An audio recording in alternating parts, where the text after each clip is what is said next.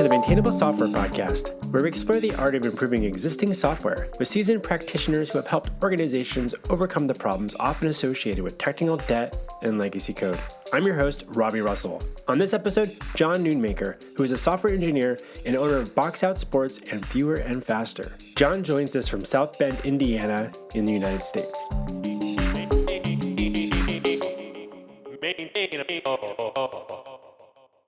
John Nunemaker, we're so glad to have you join us on Maintainable. Welcome. Hi, thank you. Yeah, I'm excited too. I've definitely written a lot of code and I have a lot of thoughts and feelings on maintainability and stuff like that. So I'm excited. Oh, I think you might have mistaken what this podcast is actually about. This isn't about, would you say code? What's that? I'm kidding. Anyway, so as you reflect on your experience in the industry, what do you believe are a few common characteristics of, dare I say, well-maintained software? Yeah, so I thought about this a little bit and I feel like just one of the things that has bit me the most. So I don't even know if this is something that 10 years ago I would have picked. I probably wouldn't have, but it's just keeping things up to date. That's like across, there's probably 5 or 6 Rails apps that I'm kind of generally responsible for now, either side projects or hobbies or businesses and stuff like that. And that's probably one of the biggest things is just keeping the dependencies up to date. The farther they get behind, the harder it is to update. Packages go missing, URLs change. Obviously, in like a single language, it might be easier. So if you're in Ruby, you have gems and you can do things like that. But, we have things like a box out that we use, packages that, we're on for specific small slices of the application that are like super old. And they're at the point where, it's like I have to have former friends from GitHub who know ops and stuff, be able to like track down the packages and update things when it goes wrong because it's so far behind now. And then it's like when you go to update, that can be super scary. So it's like we kind of limp along. And then at some point, it's like, okay, now it's time to go all in and do this. And that's definitely not the way I would recommend maintaining software. So that does happen. Even for people who like care about maintenance and stuff like that. But I would say in general, like keeping that stuff up to date, the more you do, the better you are. I used to like live on edge rails to like write, like Maine or whatever was going on there. And then I think I went through a time where I was like, oh no, that's too close to the edge and you feel a lot of pain. And so now I've kind of on that spectrum of like one side is on the edge and the other side is not updating and things get painful. I've kind of balanced more in the middle towards the keeping things up to date side. And that just is from what I have found to be the least painful to keep things going. So that's probably the first thing. You talk about things like dependencies, and it's an interesting thing where, I work in Ruby on Rails in the consulting space for such a long time as well. I was like, we work with a lot of companies where that's a really hard thing for them to do because there's this interesting, people might set up and get them things out the door and ship it, and then you're focused on your product, and then you kind of start to deviate because you don't necessarily like keeping like, well, what's that new, those like small incremental updates to a dependency. One argument often is like, well, you got to keep them updated so that you're patching security holes that might have been found in some dependencies that you're relying on. I don't know for this for a fact, but my experience has been that most of the code changes and dependencies are not security related. They're like small Yeah. little bug fixes for things that you may or may not be encountering yourself, just some new feature additions, someone's pull request that got merged. And so there's this interesting thing. It's like, well, we could do this because now we're going to keep up to date with this particular gem and all the other dependencies that gem has downstream. So you kind of like weigh these things up and you're like, well, maybe not right now. I'll get to that later. Maybe I'll wait a little while. And then otherwise, some dependencies have a lot of frequent activity. And then there's also people that would say, well, there's been no commits on the Git repository in almost a year. So is this even being maintained anymore? How do you think about that kind of stuff when there's some code that doesn't really need to change very much and some code that seems to be changing a lot, but it doesn't necessarily mean that one's better than the other necessarily in terms of like how you pick a dependency to rely on and or how often you frequently patch those like or bring in those changes. How do you think about that kind of stuff? Yeah, that's a good question. It depends on the app and it depends on, the dependency. And so like I have two that are like my primary. So Box Out is one. And so that's a Rails app. And then we also have like some various, like a couple node things and some other stuff like that. And then Flipper is like, again, mostly Rails and stuff like that. So in each of those, there's obviously heavy front end stuff. So there's a lot of JavaScript dependencies, there's a lot of Ruby dependencies and stuff like that. So the way I kind of look at it and the way we do as like a team, so like on Box Out, we kind of split who's in control of what. So Steve kind of is more of the front end. I'm kind of more of the back end. Obviously, we overlap. And so I kind of watch the Ruby side of things. So is Ruby out of date? Do they get a new version? Is Rails or all the, gems and dependencies that we use, the packages? And so I kind of keep those up to date. And then he kind of watches the JavaScript side. And so once in a while, I'll change something on that side. But as far as once we, have split kind of that role, how we split it, I would say what I do when I look at it is, first off, I always have like a Dependabot or whatever it's called on Mm. GitHub turned on. That's super helpful. Honestly, that's been one of the, I would say, the most helpful things is turning that on like really verbose. Like every time something changes, I want to know about it. And then I want to decide, is this something that I want to update or not? And so I think, getting to like the heart of the question you're asking is like, how do you decide? And so Mm. for me, I try to keep patch stuff up to date on like everything that seems, I always have a gut sense of like, how dangerous is this? So you can look at like a certain thing and you can say, is this going to be a dangerous update or not? And honestly, like most of the time, like updating a Ruby version doesn't feel that dangerous. It might have like a lot of like Mm. other rippling effects where you have to update other gems. And so then it becomes dangerous. But if you're on like, let's say Ruby 3.2 and 3.3 comes out at, last Christmas, that usually is a pretty easy and safe thing to do. Whereas if you're going, like if you have the AWS SDK and it's got, maybe you're using S3 or something like that, that usually pretty stable, big company, they have a lot of QA and stuff like that. Maybe you're updating your job system. Okay, that might be a little more of a scary one, because if all of a sudden the jobs aren't processing or there's different error handling or instrumentation, it could be a bigger deal. Or even just, for example, we use a project called Good Job, and it's a queue that's based on Postgres. It keeps things nice and simple for the number of jobs that we process a day. And when we update that, we have to be careful because sometimes there's migrations. And so you need to know, like, run this command to, and even just when new people have joined the project, they'll go in there and be like, oh, I'm going to update this quick. And I'm like, whoa, whoa, whoa. Let's just double check and make sure that like, here's a couple things with this dependency that we have to do. So I've started keeping that, maybe, I can't remember if it's in the README or if it's in another file, but I have like, here are like particular packages that you should maybe take some care when you update. And then the rest are like, just keep the patches up to date.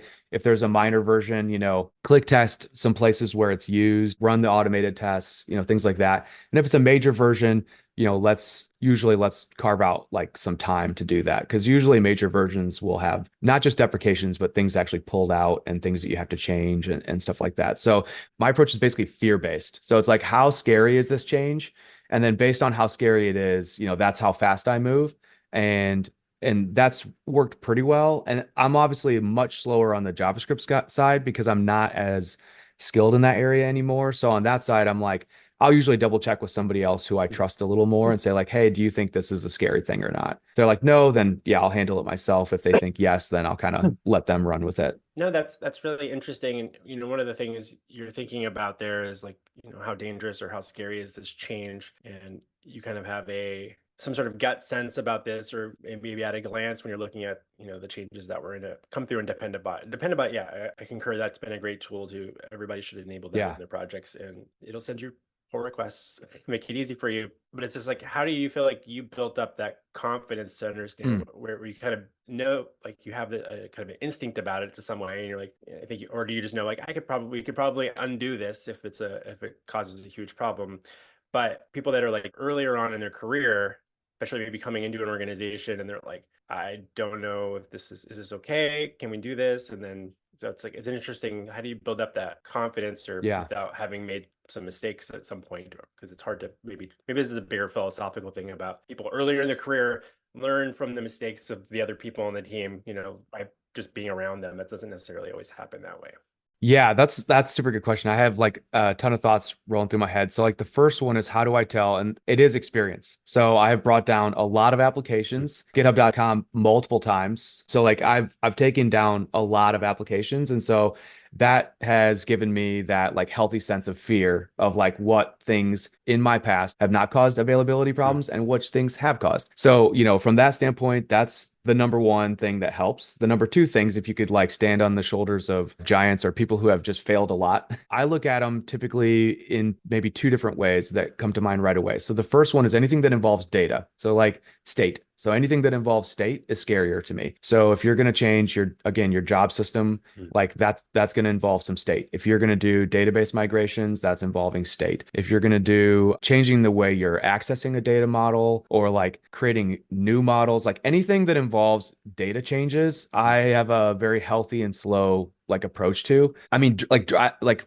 nothing makes me more panicky than dropping a database table. Even the one that I Hmm. know, it's like it hasn't been written to. I can look at the stats, all that kind of stuff. But it's like, anything that's deleting, removing, changing data access scares me. If it's just code changes, I'm like, worst case Hmm. scenario, someone can't use the app for a second. You fix it, you deploy again, and they're back and running, and people are generally pretty tolerable of that. And so like that to me is like not a big deal. So things in the views, things that involve the views, things that are just like, things might look a little wonky for a little while, or they might not work for a little while. That doesn't bother me as much, but data things like, so like that's probably number one thing that hits me.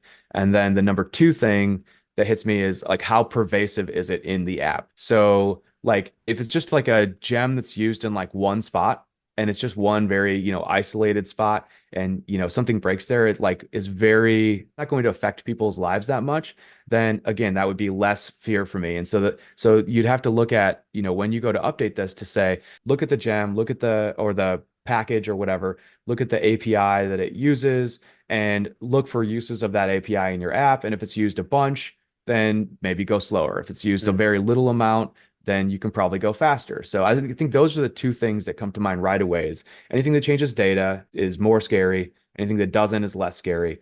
And then anything that is pervasive in the app is more scary. And also, as you do these more, probably the third thing is you'll just see certain projects are more stable and then they make you feel safer, Hmm. and certain projects are less stable and you always have problems with them when you update. And so you pick that up over time. Do you use the metaphor technical debt very often in your day-to-day work? I would say day to day, I don't use it a ton, but I would say mentally, I work on small teams now. So like when I worked on big teams, I think technical debt was a very common thing. And we talked about it a lot. We brought it up a lot. We accepted and tried to also, on the other end, like eat it down or like reduce it in some way. But like, for now, it's like maybe the biggest team I'm on is like two or three Hmm. people. And so if it's a smaller team, I think it's easier to address technical debt because it just kind of is a natural thing and it works. If it's a bigger team, then I think you probably have to have something a little more systematized or like more of a process for it. That's just my experience. Again, like at GitHub, lots of technical debt and lots of opportunities to reduce it. In smaller projects, I think there's been a little less technical debt, and so it comes up less often and it's less of a thing. And I know that you've done, in and out of consulting over the years as well, and that was Yep. part of your career journey. And that's kind of like the area that I ended up sticking around in. And one of the things I'm always like kind of fascinated about is, when people think about, we come in and help companies that are dealing with a lot of technical debt problems. More often than not, those organizations aren't maybe necessarily inherently they started by technical people. They just happen to have built some software. And so I don't know if there's necessarily a correlation that like the less like GitHub, I would imagine there being, tech debt concerns. There's probably less, maybe I'm totally making an assumption here, but was it hard to prioritize addressing technical debt within an organization that was heavily tech focused like that, software team focused versus like you didn't need to necessarily fight and go to like product or manager type people and like really try to persuade them to like, we need to be keeping these things updated. We need to rethink this approach.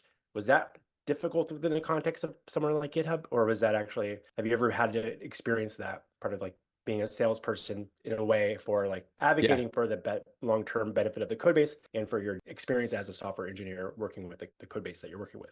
Yeah, 100%. And honestly, like when I think of GitHub, right or wrong, it could just be it's just me and my thoughts. So take that with a grain of salt. But when I think of GitHub, I think of them as a product company, not as like a tech company. So like they were constantly pushing out like new things and new stuff. So like when you have that amount of change and churn and new things, and then directions change, and so you stop a project but like all that code's still in the code base, and but Mm. then that team moves on to a new part of the Right. product, and so what happens with all that old stuff? It sits there, it rots. Like who's going to remove it? There's no longer ownership over it. So like there was that was actually like I think one of the things that I tried to push a lot when I was there. Probably I don't think I succeeded or did that great at it, Mm. but like that was kind of like my, if I were going to say like what's the thing that I love the most, it's that kind of stuff. Like I always talked about like the dark corners. Like, I spent like a lot of time down in our custom active record adapter and stuff like that, or a lot of time in our instrumentation, a lot of time in our exception tracking. And so like those dark corners and stuff like that, like those were things that I was constantly trying to kind of give voices to. But like again, GitHub was a product company, it was a rocket ship. And I think those two things are kind of at odds with reducing tech debt and the dark corners and that kind of stuff. So yes. Hey folks, it's me, Robby. I want you to take a moment and close your eyes. Now picture your code and your applications as a symphony. Now to keep that symphony playing smoothly, you need an orchestra of tools. That's where our podcast sponsor, AppSignal, takes center stage. They combine the elegance of error tracking, the precision of performance monitoring, and the harmony of logging into one symphonic suite. Whether you're composing with Ruby, jamming with Elixir, orchestrating with Node.js, or harmonizing with Python, or maybe even a little bit of flourish of JavaScript, AppSignal's got the sheet music for you. And here's the crescendo. Plans start at just $23 US a month. That's gotta be music to your budget's ears. Plus they're certified ISO 27001 and they dance the GDPR and HIPAA compliance beats. So don't miss a beat, my friends. Head on over to appsignal.com and tell them that your good friend Robby from Maintainable sent you. Now, open your eyes and let the symphony of smooth coding begin. Let's get back to our show. So that's interesting. You're right. Yes, GitHub is a product company, has been. It's a product, but I suppose it sounds like you were still able to spend some time working on those areas, but not necessarily Yes. that it was inherently like there wasn't anyone saying they didn't bring you in necessarily. Just be like, just work on shipping new stuff. We'll get to that someday, maybe, whatever. And it wasn't Yeah. difficult. Was it difficult to have those conversations in that type of environment? Or was it just happened to like be an environment where a lot of that was probably created, but there were people that were kind of brought in to help squash that out as best they could, but Mhm. keep up to somewhat on some of that stuff. Yeah, I think it oscillated back and forth a lot. Like sometimes it would be like each individual team is kind of responsible for like tech debt or reducing tech debt or some area of the system. And then other times then it would be like, oh, okay, maybe that's not working. So now let's have like a dedicated team. So I remember there was a point where we had like the high availability team and I was on that for like a little while. And our goal was like, okay, we've had a lot of incidents. Let's like analyze the incidents. Let's learn from them. Let's disseminate that information to everybody else and try and reduce the incidents going forward. And then we got like kind of stable. So then the team dissolved, moved on to other things. I think after that, it maybe became the core team. So it's like some idea of like, these are core foundational things you need in every app. So especially in big apps, and you need them in a performant way. So it's like, okay, we're having problems, let's say, with Redis. Maybe Redis was having, some memory issues because it was being used in new ways that weren't planned for originally. And the team is really large. So now we come in and we build KV. We built like a small, like kind of Ruby library on top of MySQL and worked with the database systems people to like do it in an efficient way and have expiration, have some of the same semantics as Redis, but stored, more on disk rather than in memory. And so it kind of shifted. So sometimes that tech debt would be on a team, sometimes it would be in, like each individual team owned it. Then it would oscillate to like, okay, now we need an actual dedicated team. And then they'd be like, actually, I think it can kind of shift back to the individual teams. And so Hmm. there was a little bit of that kind of like flow with that. As far as me being a salesman, I would say that like that's definitely something that I probably push more than I think is like there's a certain amount of like Brandon Keepers has this awesome talk that he did a long time ago that was like I think the title was like the world runs on bad software or something like that. But it's basically this idea that like sometimes as engineers or developers, programmers, whatever you call yourself, you care more about like the house of cards and you care more about like the way the code looks and stuff than remembering that the end result is that like people can use this and Yeah. improve their lives or some, in some fashion. And so I feel like that's the thing that like if I were going to like look back over like the last 10 or 15 years, sometimes I got more stuck in like making things more performant or more resilient or like all this kind of stuff when it's like most people are okay like they get an error, they refresh the page and then it works and they're okay with that. It doesn't really bother them that much. So I think with box out I've kind of shifted back. So I think I used to be more heavy of a salesperson on that side, and now it's more just like what is the level of tech debt that is acceptable for this product for the user base that's using it, and based on that kind of decides how much of a salesman I need to be in that area. One of the things I was hoping to get to chat with you a little bit about, but I know that when you joined the organization, it was a couple years in, I think at least, right at Yeah. that point. And so I would imagine there was a lot of stuff there that, can you share any stories about, coming into an existing code base with probably a lot of other people that you knew and they had, maybe I'm not trying to call anyone out here, but more of like, are there some technical hurdles that you needed to kind of address and kind of take over some projects and maybe not having a lot of context for why things are the way they are? When we were brought in originally, it was almost like the idea was like a strike team. So like that's the thing that they liked. It's like, look, we have 5 people that, that we're bringing in that already work together, have communication patterns, have worked together for a long period of time. And I think they felt like they had currently maybe like a lot of kind of smaller and like individuals and stuff. And so they liked the idea of just like bringing this team and like throw them at a certain problem. And we were problem solvers. I mean, I think those are the things, that's what a lot of people that get into programming like they want to do is they want to solve problems and stuff like that. So I feel like that was the plan. And then we came in and we basically just all went 5 different directions because we all saw different problems. So some of it was like for what you're saying on the what were some of the specific technical challenges. I mean, there was a lot on the side of so we went from 50, I think when we joined, it was like 45 through 50. And we went from that and then like I want to 45 say to 50 people or people in all. employees? Yep. So Okay. employees in all. And then in the next year, I mean, it was well into the many hundreds. And the first round of funding was maybe 4 months after we joined. So I think we joined in December. They took funding in like May or something like that.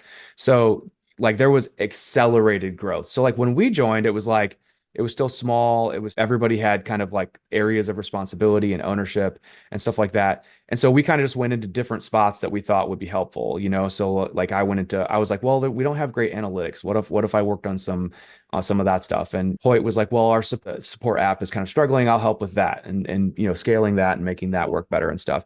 And Steve's like, oh, I like the Mac app. So people kind of moved into different spots. But as I think more of the answer to that question is like as it went from 50 to like in the many hundreds, then you have this explosion of like, different ways to do things and different ways that things got done. So when you're coming into like a new code base like that, so like, GitHub was maybe 45 to 50. Now we go into like a lot of growth, but there were already people there. They already had patterns they were doing and stuff. And I'll say like I'm probably a good person to talk to about coming into a new code base from the standpoint of having consulted. And we were kind of brought on as extra people and extra bandwidth in companies that needed a little bit more. But also I think I'm good to talk to because I've done a terrible job at it in the past. So like at GitHub, I came in and I was like, everything in this app is totally different than the way I work. I don't know how to do this or this system or this is different. I would do it a different way. And rather than being like flexible with that and rolling with the current kind of patterns that were set up and stuff, I think I was like, okay, I don't know how to help with that. So instead, I'm going to go like on the opposite side of the spectrum and I'm going to start like a new thing. So I built analytics like completely outside of GitHub. Like it was, I mean, obviously inside of GitHub in the sense that like it was hosted on the same infrastructure and all that kind of stuff. But I was like, I'm not going to build it inside of the monolithic Rails app. I'll build it like outside as a service and say, hey, this is like another way you could maybe approach some of these problems that we've had inside of the code base. And so that I kind of went like to that side of the spectrum. And I think that's probably going to be like this recurring thing while we're talking is like me going to one side of the spectrum being wrong and then going to the other side and then eventually kind of finding that balance. So I went all the way outside. We built everything totally separate. And then what I realized is like after, however long and we shipped traffic graphs so you could see web traffic and stuff like that. What I realized was like that didn't make anything different inside of GitHub, like the main repository. Like it provided an example of perhaps how things could be extracted into a service and, have new, availability patterns or resiliency or things like that. But it didn't actually help the main heart and the code base. And I was like, that was wrong. I shouldn't have done it that way. So then I swung back the other way and I went all in to the code base. And I was like, what's the biggest problem right now inside of the code base from like an availability, resiliency, maintenance, all that kind of stuff. And that was notifications. And so notifications were basically like built and they were kind of running. But at the time they were like, I want to say 50% of like the utilization of our like primary database. And so like, you have tons of features, but then that power github.com, but half of the actual data store is just this one, feature. And that's kind of a problem. And so I was like, all right, I'll work on that. So I worked on that for a little while. And I would say that's where finding out like some things I said to you in the past about like why were things certain ways and like going in, like when you come in new, one of the most important things to figure out is that why, because you can see the how, you can see like what people are doing and that's obvious and apparent. But you go into like Git commit history. Okay, GitHub was Hmm. made for, Git, but like that doesn't mean that the Git history of GitHub is great. So like I would go in and a lot of times, I'd be like, okay, well, why is this, stored this way? Or why is this way? And it'd be like, try this, try again. That's not working. It's just like those are four commits in a row. And so I think that's one of the things I think about the most of like going into a new code base is trying to figure out like the why of why things work a certain way and stuff like that. Go through the history, talk to the people if they're still there or anyone who knew those people, get a sense of like how things kind of work and the lay of the land, and then try to like integrate with that and bring like iterative change rather than just, like I did on the analytics stuff. I completely stepped outside and started from scratch in this greenfield thing. So I think that's kind of the biggest thing is going back is like when you go into a new thing, kind of take some time, learn where you're at, get the lay of the land, and then start doing iterative changes rather than trying to like, wholesale change everything or the rewrite or all that kind of stuff. That's the big probably oscillation on the spectrum that I learned on that.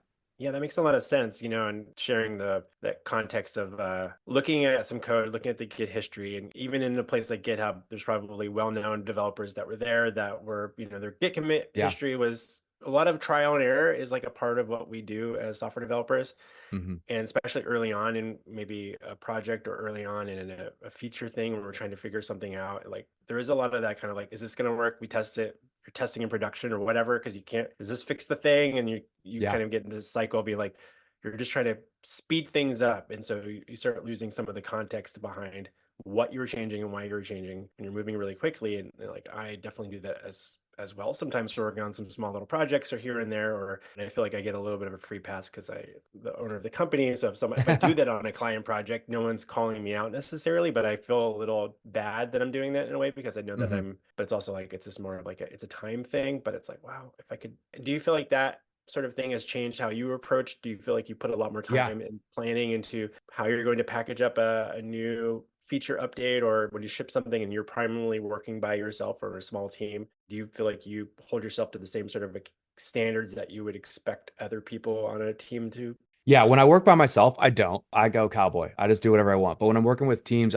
one of the I would say the biggest influences for me was someone named Jason Rudolph at GitHub. When he would submit like a pull request, you didn't have to ask him anything. Like it was like, here, was my goal, here's the motivation, here's the alternative approaches. I think that's a really important thing that we forget about in like writing, maintainable software is historically explaining why you made a choice and what were the choices you didn't choose and why. Like that's a really fascinating thing to me. And I remember like that was something he always did really well. And I worked with him for maybe a year on one of the teams.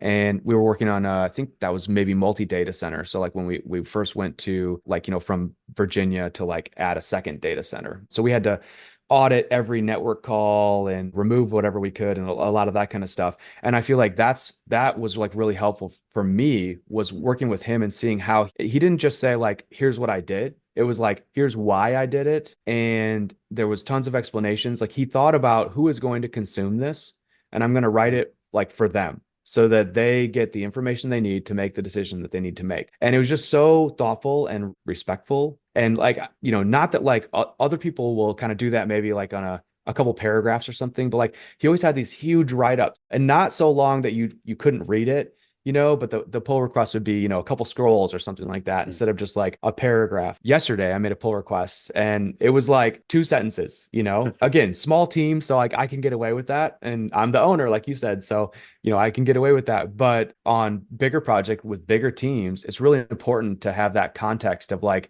and I remember that was a big thing for several years at GitHub was like not just why you made a choice, but like what were alternatives you considered and why you didn't choose those instead. And so that was like a really good thing I think to learn is that. You mentioned the Git commit history and the pull request history on the Yeah. project. Do you feel like you go back and look at that stuff on a regular basis on your projects, or is it just in case maybe one day we might need that? Like, what's your real world? You mentioned Mm. like some specific examples where you're like, oh, is to try this, and maybe that happens. Yep. But like, I often wonder if developers go back in history as much as we like to think that they do. So I will say I personally do a lot. I end up going back a lot. No, I don't just like scroll back through my like greatest hits of like Git commits and stuff like that. Like it's more that like you like for me, I'm just like blame is probably my number Mm. one feature that I use. Like I have a shortcut in VS Code that's like hit one button and go to the blame on this file in GitHub at this line number. And I use that all the time. And I remember actually one of the features on there is like there's this like little like three little squares, like a looks like a teleporting back into time or something type thing, Mm-hmm. and it goes to the parent git commit. So like the previous one that kind of like affected this line. And actually, Jason Rudolph is the one who like worked on that feature in like a hack week because he was a big, spelunker back as well. And so like I find myself going to the blame and then going back in history quite often. And I think a lot of that is just like, as you maintain an older and older code base, it's like, who did this? Why? What were they thinking? Like, and that's part of the value, I think, of GitHub as well, or GitLab or whatever you use. When you have this like pull request that's like this bigger explanation than the commit. Like a lot of people, I think, use commits. There are a small people on the bell curve that use commits almost like a pull request. And it's like, here's like a unit of change. But like the majority of us are just kind of like live streaming what we're doing. And we're committing to almost to kind of like get it out of your head. It's like you have all these 20 files and you're like, okay, thinking about these 20 files and all the changes in them is like a lot mentally. So I'm gonna like these files, these method changes, these are all kind of bunched together, these tests. So I'm gonna commit these and then I'll go to the next ones and then I'll get down to like two files and it's like, like I can kind of breathe again. And so I feel like, with the way that kind of works, pull requests become really helpful to see that previous history and stuff like that. But yeah, for me, I go back a lot and I don't know if it's just because again, I worked in a lot of dark corners at GitHub and so I spent a lot of time going back, or if it's just the spelunking. Actually, another reason why that just hit me is a lot of times I'm trying to build things that I don't know, like I don't know how to do or I don't know how to build. Like I've done a lot of multi-threaded stuff lately.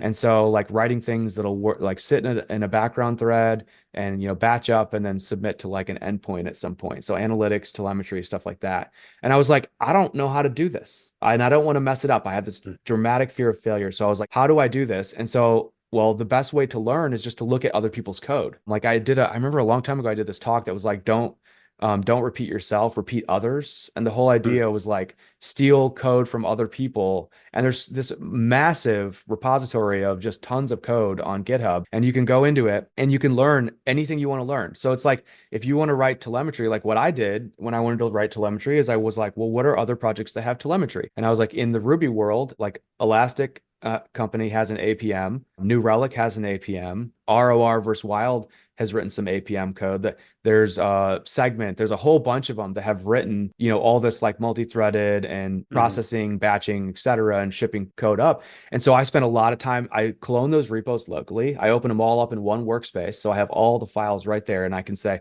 okay, well, they do this. And this other one uses a, concurrent fixed thread pool, but they don't use a fixed thread pool. Why is it different? And sometimes I'm like, I don't know. And so then I immediately, like I said before, I go to the blame and I'm like, maybe there's something in there that explains why they did this thing that I can learn from. And so I think like that's part of why I end up going back a lot is just like in the learning, and at least on the open source side. Obviously in an actual business side, then it's like figuring out why a decision was made and trying to understand that. But on the open source side, it's usually trying to learn. You also mentioned earlier, and while you were at GitHub, that you could potentially just go talk to some of the people that had previously worked on things in Yeah. the open source world. Do you ever find yourself? Have you ever contacted an open source, maybe someone that's no longer working on a particular open source project, but gone back to like look at and get blame? You're like, I still can't quite make sense of this. Have you actually taken that step to reach out to someone and be like, hey, can I ask you a few things about this? I don't think I have. That's a really now I'm like I should have. Like that should be like a more normal thing because like you can get their email right from Yeah. the Git and stuff. Like and I could reach out. I've done it a couple times on my own projects. So like HTTP Party is one that I've like handed off a few different times to other people, and then eventually like they were like, I don't really want to maintain it anymore. So then I'll take it back on, and now it's like it's just permanently mine, and I'm okay with that. But so sometimes I'll reach back to them and say, hey, like you included this, compression stuff, or you included this other thing. And I'm like, I don't know anything about this stuff. Like, can you just look at this one PR and like help me decide if it should be merged or not, or if there's any changes? And so I've done that a little bit from the learning standpoint, but I haven't done it just on when I'm pure learning and I just reach out to like someone that I don't know at all. That sounds like a really good idea. And even just to get on a call if they would or something like that. I don't have Zoom burnout though, like a lot of people do. So I don't do very many Zooms. Yeah, you can hop on a tuple or whatever. Yeah. maybe with someone. Yeah, it's interesting because like this is something I try to like talk about with my team. It's like feel free to ask people. Like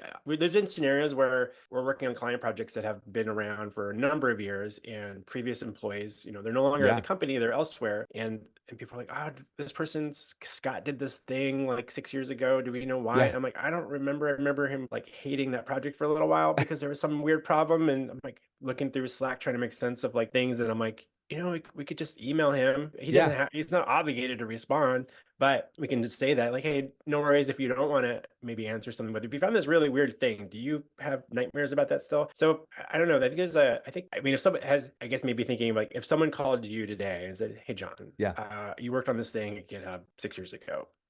I cannot make sense of this. Do you remember this?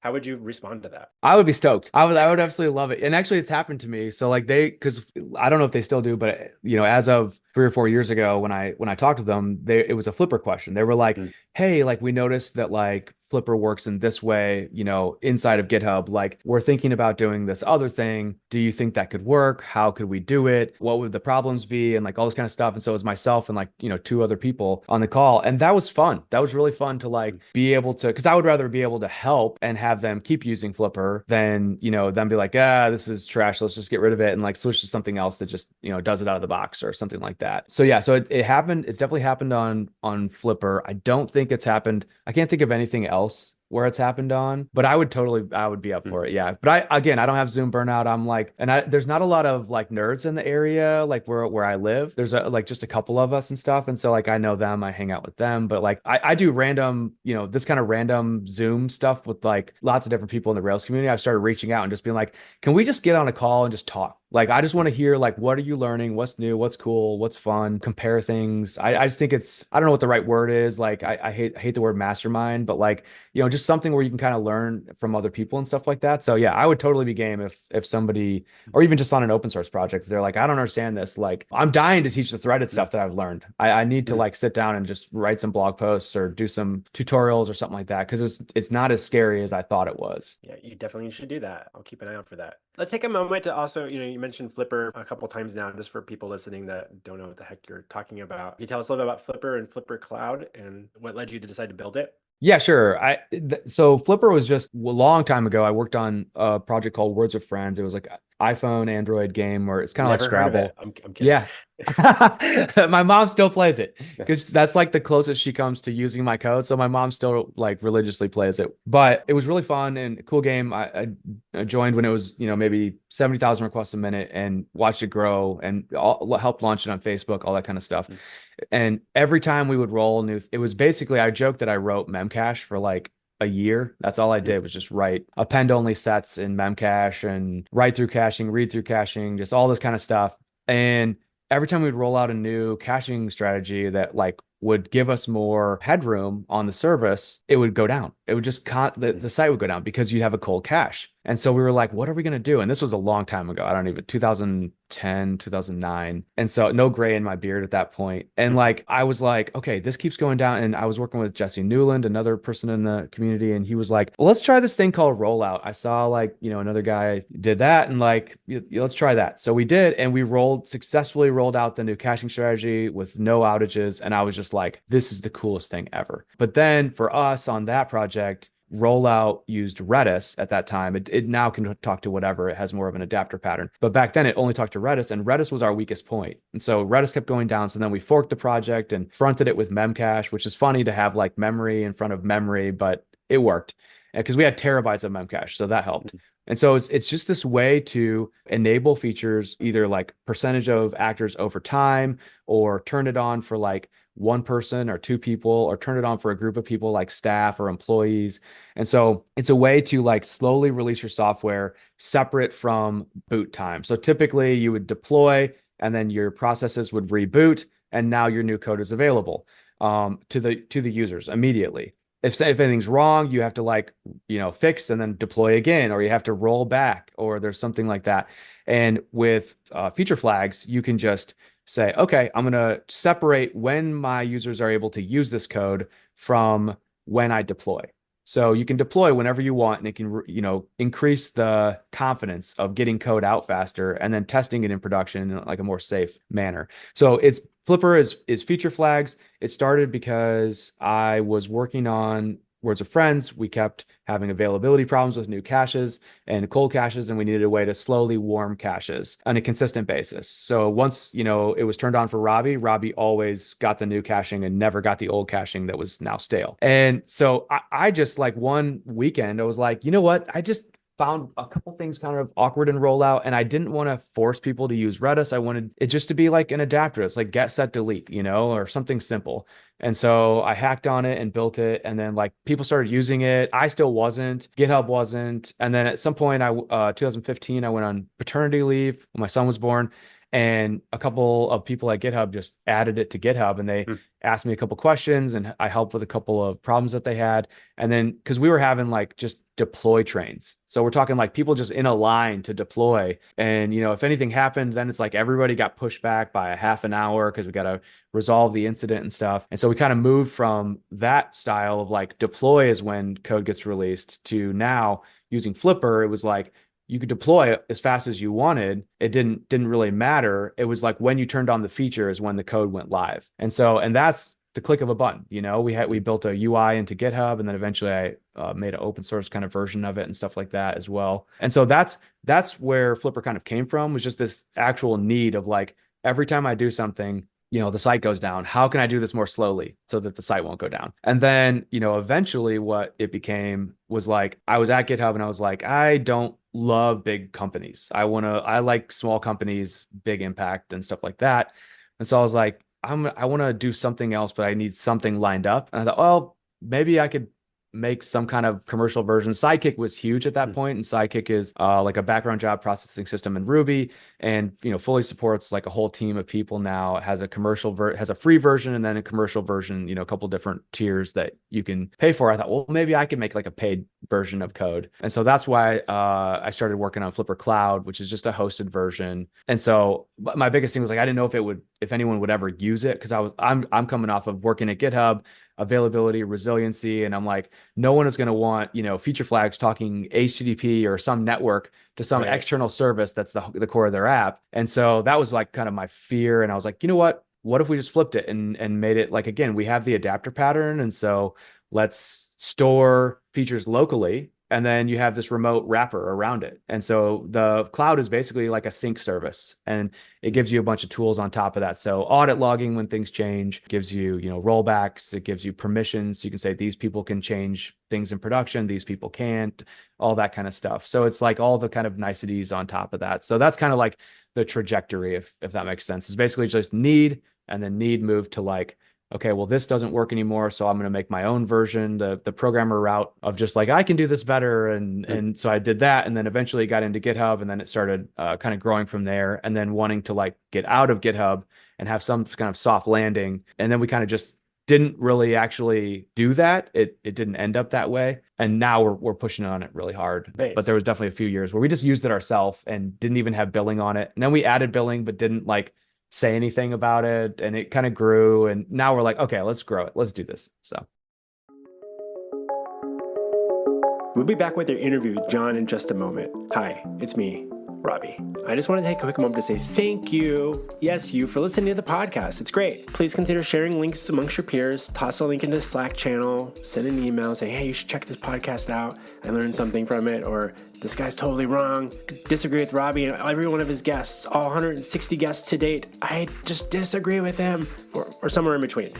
Also, have you joined the newsletter? If you head over to maintainable.fm and click on newsletter in the navigation, just give me your email address. And what are you going to get? You're going to get an email for every new episode that comes out. And then also, I will occasionally send out an email to talk about one of our past episodes, an episode that might be of interest to you. Again, I've interviewed like 160 people so far. That's 159 other episodes you may or may not have had any exposure to. So head over to maintainable.fm, click on newsletter, and give me your email address, and you can opt out at any time. And now, let's get back to our interview with John Nunemaker. Yeah, I'll definitely include links to that in the show notes so people can check out Flipper Cloud. Just something I'm trying to kind of, you were talking a lot about kind of the low level aspects is for my own curiosity. You mentioned that it stores stuff locally. So is like the syncing something that happens like occasionally? So is it like every single request that, your web application or API is checking, making this call, or is it that it's checking locally and occasionally your local data set is synced with Flipper Cloud? Yep. Yeah, it's more that. So the mental model that I've been starting to like kick around because I think it makes sense to people is Dropbox. So Dropbox, you have all your files on your laptop and you can access them whenever you want, whether you have internet or not. Mm. And so Flipper Cloud works the same way. So in Flipper Cloud, you have a local adapter and then there's a remote adapter that wraps it. And so it's all hidden to you. You just Mm. pick a local adapter and you put in, a token so it knows which environment to go to and all that kind of stuff. But all your data is synced locally. It's all there in your app, however you want to do it. If you want to store it on the file system, or if you want to store it in Redis, or front it Mm. with Memcache, or Active Record is probably the most popular. So that's part of Rails that's the part that accesses the database. And so you can store it in Active Record, use that until it starts to become an issue, and then scaling wise, and you can wrap it with Memcache or Redis or whatever. And in the sense that when I say wrap, I just mean like a read through cache. So, it checks to see if it's in the cache. No, goes to Active Record, then adds it in the cache, and then next time it goes to the cache. So you always have your local, it's there, it keeps track of things. And then anytime you make changes, you need to get that change to your app. So we have two mechanisms. One is like interval polling that happens locally. That's some of the background threading and stuff that I was talking about earlier. So we have a adapter that we wrote that fires up a background thread, and then on an interval will hit cloud, and then it will do a diff on your local and then apply the diff. It just assumes, the remote is the source of truth, Mm. and you just want local to match that. So that's kind of how that works. And then we also have webhooks as a way to do it like even faster. So if you have like a 10-second poll and it updates every 10 seconds in the background, you can have webhooks. And the second you hit the button, we're going to queue a job and then Mm. fire an HTTP request to your app. And it's like all signed and stuff like that, so people can't fake it. And then that will actually force a sync. So that can be like sub-second. You can Mm. be up to date if you want that. But a lot of people just use the polling. It's pretty easy to get going with. So Interesting. Is that primarily a Ruby thing at the moment, or is there? yeah. So again, I'm Ruby and I'm Rails for better or worse. And I just I've tried Python, Node, everything that's Java, all kinds of stuff. And I just keep coming back to Ruby. And so what the plan is right now, it might be a terrible plan, but our plan is basically we like Ruby, we like Rails, we want to build tools kind of in that area. And then peripherally, like a lot of Ruby and Rails, especially at a certain size, will build like kind of partition off some functionality into Go or into Node or something else. And so eventually we'll have some other, ways to access that. The biggest thing that prevented that is like one of the functionality bits of Flipper is you can define a Ruby block, and you can say, a block Mm. might be like staff. And so staff is like everybody that works at your company, and it's a block, and the block or Lambda, proc, whatever, receives an actor. And so inside of that block, you can just write Ruby code like actor dot, is Mm. staff or staff question mark or whatever you want to do. And that doesn't port to other languages. And Mm. so we were like, okay, well, that's not gonna like you'd have to have a proc and go and a proc and whatever, and they'd have to always be synced up, and that just sounds painful. So instead, we've written this expressions is what we're calling it thing, where it's kind of like a little bit of like a programming runtime that can be evaluated live, and then it just has like a schema Interesting. for how it gets stored. So it's like here's a schema, and then here's some programming stuff that can be written to apply that. So then you can have your group be you have properties, string key, string value, and you can have Flipper properties of like plan is basic or plan is premium, age is 18 or age is 21, or whatever you can imagine. And those get piped through the expression, and then it returns true or false, and eventually it will be able to return other things as well. So that at that point, once that is solid, it's in beta or alpha even right now. Once that's out, then we'll get some other language support and stuff like that in. But we didn't want to do that with Ruby blocks because it just felt too painful. So Yeah, thanks for providing some context there. Switching gears a little bit, one of the things we're talking about back to like the just topic of maintaining projects. How mhm. important is it to you, do you think, that personal satisfaction is in when it comes to software maintenance? It's super important. It's funny that you brought that up because like that's probably for me, that's one of my biggest points, but I it didn't even occur to me until you asked the question. But like HTTP party, it's one that it's a net HTTP library, like kind of a layer on top, and like I've maintained that forever. And like it has a post install message, like you install the gem, and it says, when you HTTP party, you must party hard. And it's very divisive. Like half the people in the community hate it, and half the people in the community retweet it every week, when they see it and they get excited. And I've left it in forever and ever and ever because it makes me laugh and it makes half of the community laugh, or maybe it's more than half, maybe it's I don't know, but it makes some number of people. And so from that standpoint, like me maintaining that project, it's like that's part of my enjoyment. The same thing on HTTP Party is like people want to add like these crazy things for cookies or redirects or like this stuff that like I'm just like, I am not going to use that. And those kinds of like, we added multi-part, which is like, yeah, multi-part's nice to have, but now I have to maintain multi-part. And that's less fun for me because I don't know anything about multi-part. So it takes me a lot longer to do it. So I think maintainability is important, especially for open source, because if you don't enjoy it, like you're going to burn out and you're going to, stop maintaining it and you're going to stop using it. And then that's not really helpful for anyone. So from that standpoint, Flipper is probably like, I would say my best example of where I'm like, I focus on the parts that I really enjoy in Flipper and I focus on keeping the enjoyment high, on keeping the involvement, of other people, not just being a lone wolf high and some of that kind of stuff.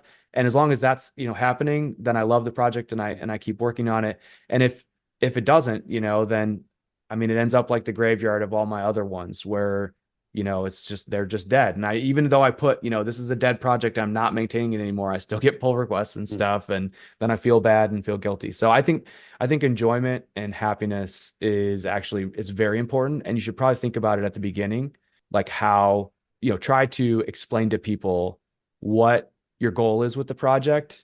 Is your goal to make it used a lot? Is your goal to just put it out there so people can learn? Is your goal somewhere in between those two? How receptive are you going to be to pull requests? All that kind of stuff. Have issue templates, have pull request templates that GitHub can do, just to kind of communicate to people what's your involvement, what's your enjoyment, and what do you want from other people, or do you not want anything? That kind of stuff from the beginning, I think, is really helpful. It helps with feelings. So As someone that has worked on some open source projects over the years, I find it interesting to try to think ahead of time. And maybe it was just like the timing of when I released certain projects that mhm.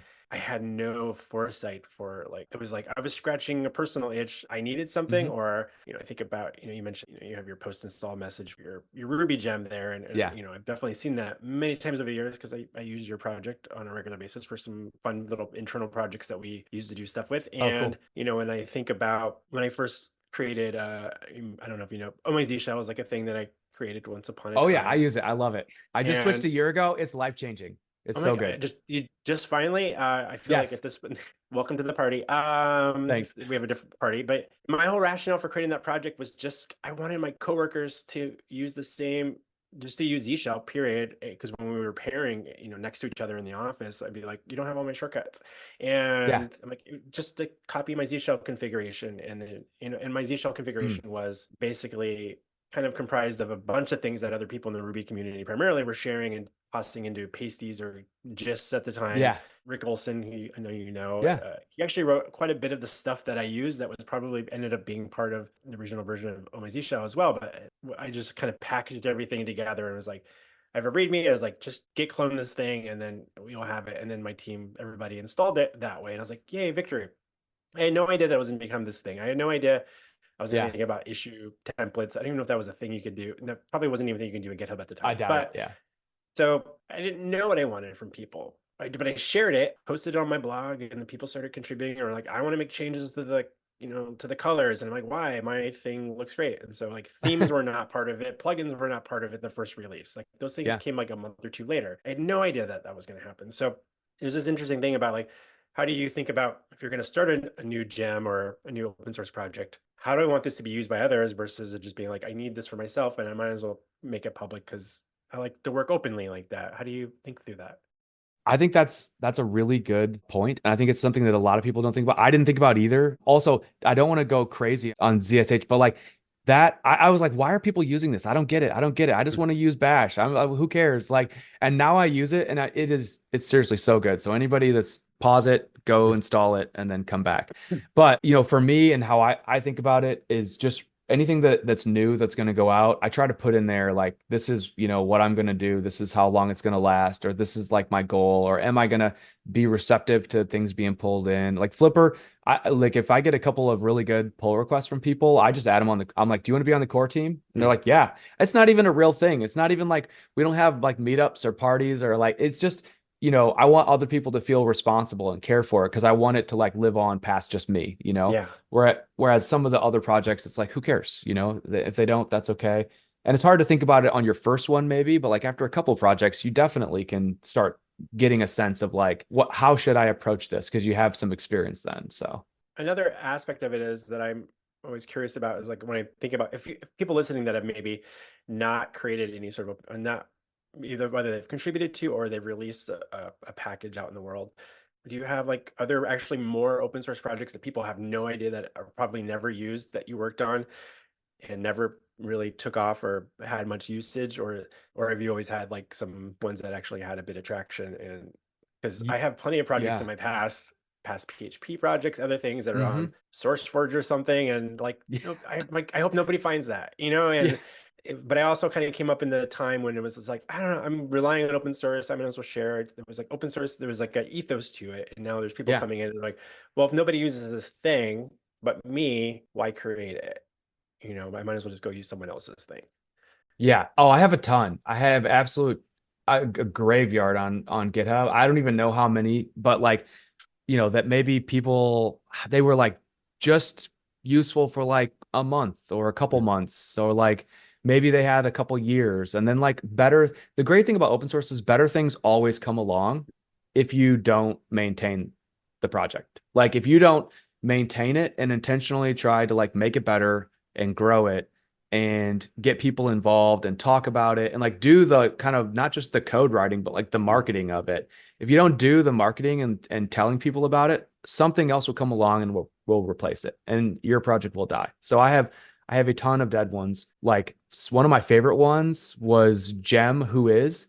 So it was like a Who Is like network. I discovered that like Mm. rubygems.org, if you like made a API call for a gem that didn't exist, it would return a 404. And I was constantly making, again, I have this graveyard. So I had like, I don't know, I think I have 80 or some gems on my profile on Ruby Gems. And I was like, I want to name this, I want to name my new gem and I gotta see if it's available. So I was like Mm. searching a domain to see if the domain was available.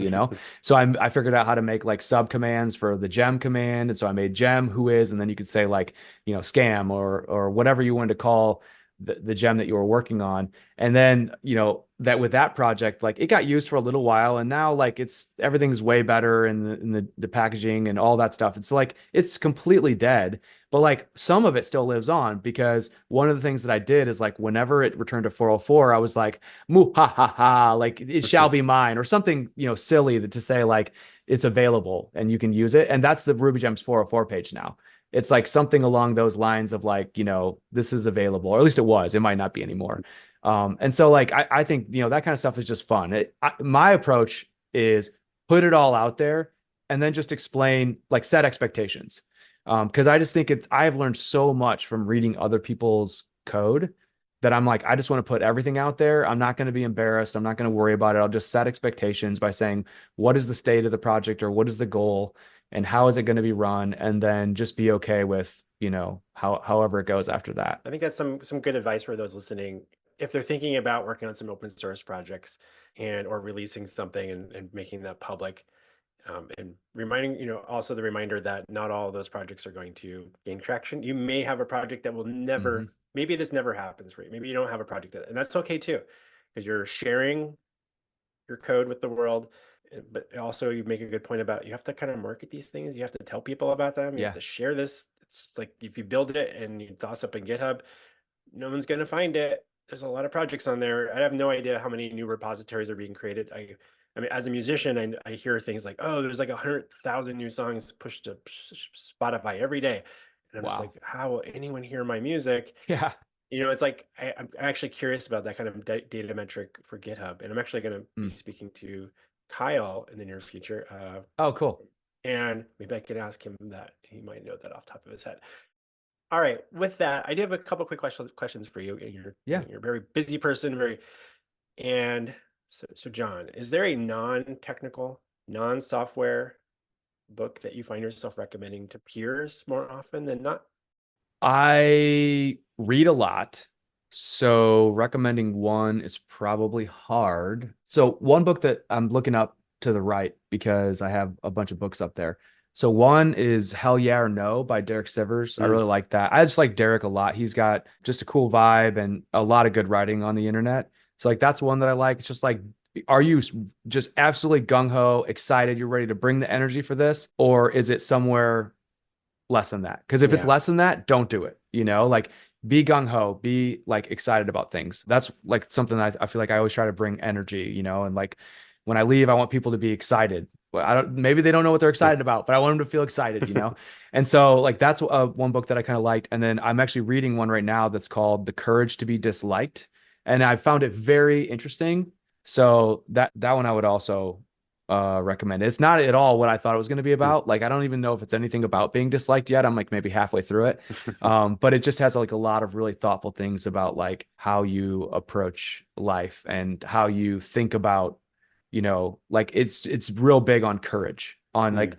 your unhappiness is kind of related to like a lack of courage. And like if you just had the courage to do certain things, you could increase the happiness. And that's really fascinating to me. So I don't know if you know this story, but Derek is why I started using Ruby on Rails in the first place oh, awesome. because he rescinded a job offer.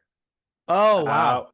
he actually he interviewed me, and this was in late 2004. I was going to become the first CD Baby developer that wasn't him, and he's like, "All right, after the new year, we'll sort out next steps." And he got stuck in a blizzard because he was using PHP at the time. Quick story time. Yeah. And he was like, came back for he got stuck in a blizzard during the winter break, and came back and said, "Hey, change of plans. I had this book called Programming Ruby, and I want to rewrite everything in this thing called Rails. I found this guy named Jeremy. He lives in San Diego. I'm going to hire him. So if you can pick this up, I will hire you in a few months." That was literally like what happened. And I was like, That's wild. and I had seen that DHH video, and I was like, all right, I'll play with this. And then I started blogging what I was doing. And Mm. then 4 or 5 months later, I was like a very active blogger in the Rails community. Yeah. Derek's like, "So what's going on? You want to come work for me now?" And I'm like, Mike, this is interesting. I want to see where this goes. I'm getting a little Yeah. traction from my blog, and now people want me to work on their projects, and it's way easier to find Rails projects. People are asking to hire me now. Let me see where this goes. So that's how I kind of got introduced. So, all right, John. Well, thanks so much for stopping by to talk shop with us. Where can people kind of follow your thoughts and ruminations about software engineering online? JohnNunemaker.com is one, and it'll be a link. You don't want to try and spell it. And then I'm Jay Nunemaker pretty much everywhere. So almost everywhere is Jay Nunemaker. Well, it's been so awesome having you join us on Maintainable. John, I hope you have a good rest of your day, and thank you so much for stopping by to talk shop with us. The same, actually, the exact same. That was awesome. Thank you.